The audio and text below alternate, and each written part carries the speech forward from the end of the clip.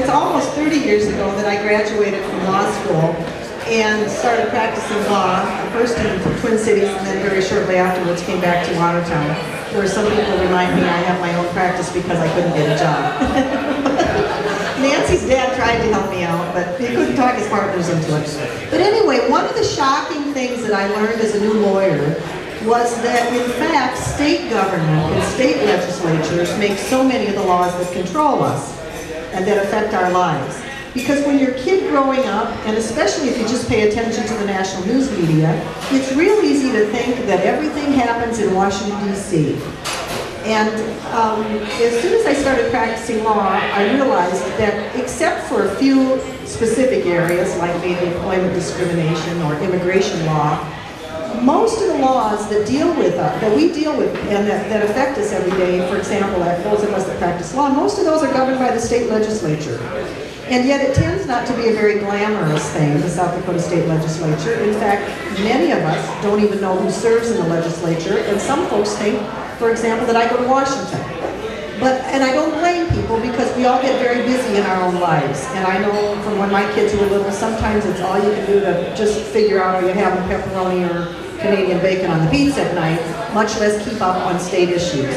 But I do want to, I guess, emphasize that it's kind of the unsung, maybe it isn't fair to say unsung hero, but the kind of the quiet folks that really do affect our lives oftentimes are those that head out to Pierre from January through March. Now hopefully they affect our lives in good ways, and we can't solve all the world's problems out here, of course not, but we can have reasonable approaches to solutions and hopefully reasonable discussions of progressive thought that move South Dakota forward. And one thing that I think is terrifically important is frankly that we cannot do dumb things. Because one of the things that happens in South Dakota is when we get some folks who think they're going to really make a point. They're really going to show somebody by taking an extreme position and talking the rest of the legislators into adopting it, even if it's only a resolution. Part of the problem with that is you betcha we make news, and we make national news, and we shoot ourselves in the foot when we're trying to get economic development here, and we want people to move back to South Dakota, and we want the rest of the nation to respect us as intelligent, thinking people.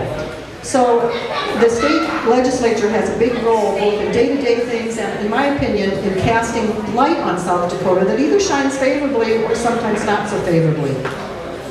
Now, Edmund Burke, I think, is the one that said the only thing that it takes for evil to prevail is for good people to do nothing.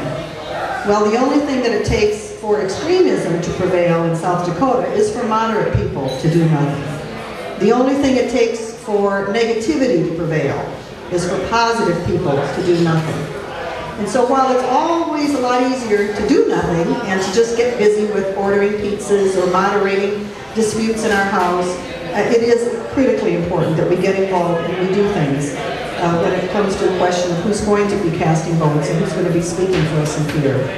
A couple years ago, one of my sons said to me, "I'll tell you who ought to run for the legislature, Jeff Dunn." And actually, he didn't say that. He said Kristen Dunn's dad. And I talked to Jeff, I think, just a little bit then, and he said he might be interested. And then earlier this year, when he said, yep, he would do it this year, it was the first opportunity I had to get to know him. Many of you have known him perhaps longer. But I cannot think of anybody that I'm more happy to be working with and more excited about as an advocate for Watertown. Because what's important is that you have folks, first of all, who are positive, and I don't know anybody in the room any more positive than Jeff, who are energetic and willing to work hard, who are willing to be open-minded, get along with folks, regardless of what party they are, regardless of whether their lifestyle matches yours or you go to the same church. Just an open-minded, progressive, friendly guy who can see the merit in getting along and working together, and who wants to help, as I've been advocating, help us all, build bridges instead of walls, work together instead of dividing. So I've been real happy to just be a small part of Jeff's campaign, and I couldn't be happier, and I am sure that with your help, we're going to be caravanning to Pierre in January. Get you out your snow tires. Jeff Dunn.